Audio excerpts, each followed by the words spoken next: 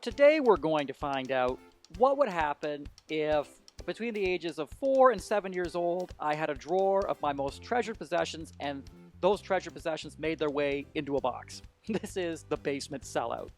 Right away, when I open this box, I can tell this is some old stuff. This thing here, as I was looking at it, I couldn't really figure out what this was. Some kind of toy or game that I made, and I don't really know. This here from Christmas many, many years ago, and this kind of mech toy, I tried winding it up to see if it would go, and it didn't go. So it's going to go in the garbage so that it doesn't frustrate anyone else ever again. There's this freaky snake which is going in the trash because I think it would scare my children, and I found a music book. There was a music book in here that I couldn't figure out what was going on with that. Sharon, Lois, and Bram, which is not very much fun without the tape to go with it, and this troll, which is going to haunt my nightmares because apparently this was hanging out in my basement for a long, long time. There's also this Brio car, which is pretty special to me because it came from my dad, and I'm going to hang on to that because my dad gives those to his grandchildren even still to this day.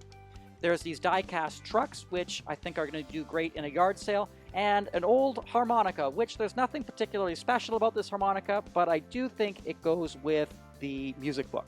There's also this monster truck, which is apparently going to eat me, and this crash test dummy. And when his head kind of, just watch, when they push this button, his head pops off, which when I was a kid, I thought that was hilarious. This guy's name is Pit Stop. He was like, when I was really young, he was one of my prized possessions. His arm pops off, his legs pop off. You were supposed to put him in like a car and play crash test dummies. I don't know. I just thought that the way his head popped off was just the funniest thing I had ever seen in a toy in my life. So imagine being a pet rock and surviving 25 years in a box and then being tossed away very unceremoniously.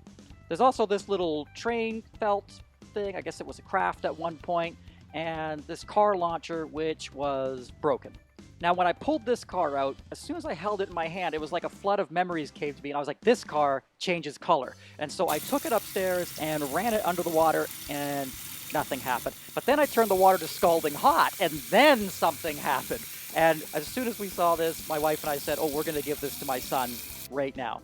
This little truck here, it says, do it. And if by do it, you mean throw me out, yes, we're going to throw that truck out. There's also this little train. I don't know what the deal is with that train, but there it is.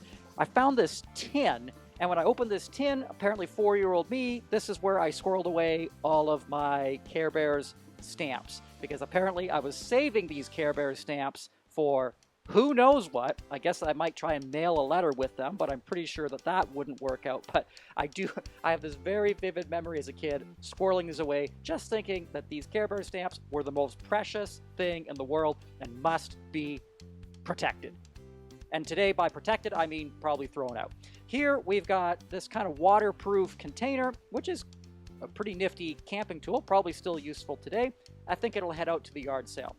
Apparently, I had questionable fashion taste, and so I was putting together this necklace.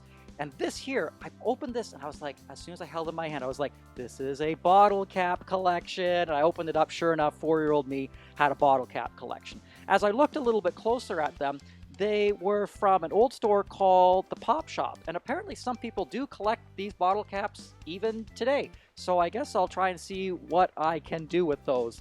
As I was looking really closely, though, one of the bottle caps was for my favorite drink when I was a kid, which was the Pop Shop Orange Pop. Delicious.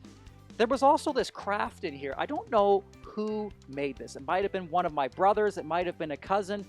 I'm not really sure. My name was it was kind of strange how the name was etched into it. It didn't look very clear, but I know whoever made that was doing their best. If this worked, that would have been cool, but it didn't.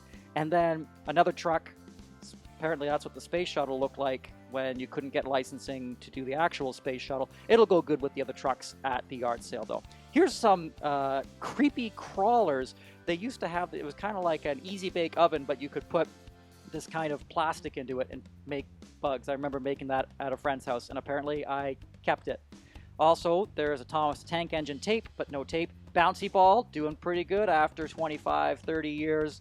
Good work. And then there's this single headphone from the 90s, so that's not going to be kept around. Here's a card from Santa Claus. Santa Claus wrote me a card, and I hung on to that. There's also these bold fashion choice glasses that'll do great in the yard sale pile. And even some space astronauts, a trio of space astronauts, and then more questionable fashion choices from 5 or 6 year old me. Then there's some art, but I didn't do that art. I wish I did that art, but I did not have the artistic skills, I don't think, to put that together. So that'll go over here. And then this here, if you were in the Beavers, like in the Scouts and the Beavers, they would attach this to the back of your head, and it was a beaver's tail, and when you graduated, they stuck a lightning bolt on it so that you could go and become a Cub Scout. Another bouncy ball doing a good job after all these years, and a centaur. Eraser, maybe? Not really sure. Some dinosaurs, and lastly, this strange finger puppet that will haunt my nightmares. And so as I look at this stuff here is going to be sell it. I'm going to put that out, in this case, probably for a yard sale, and this stuff here, I'm going to trash it, and why wait even a moment? Into the trash it goes, but the rest of the stuff, we will put it aside here on the for sale pile, but we're going to hang on, of course, to that Brio car. Be sure to like and subscribe if you want to see how the sale goes, when that sale goes down, and also to see what else is in some of these boxes.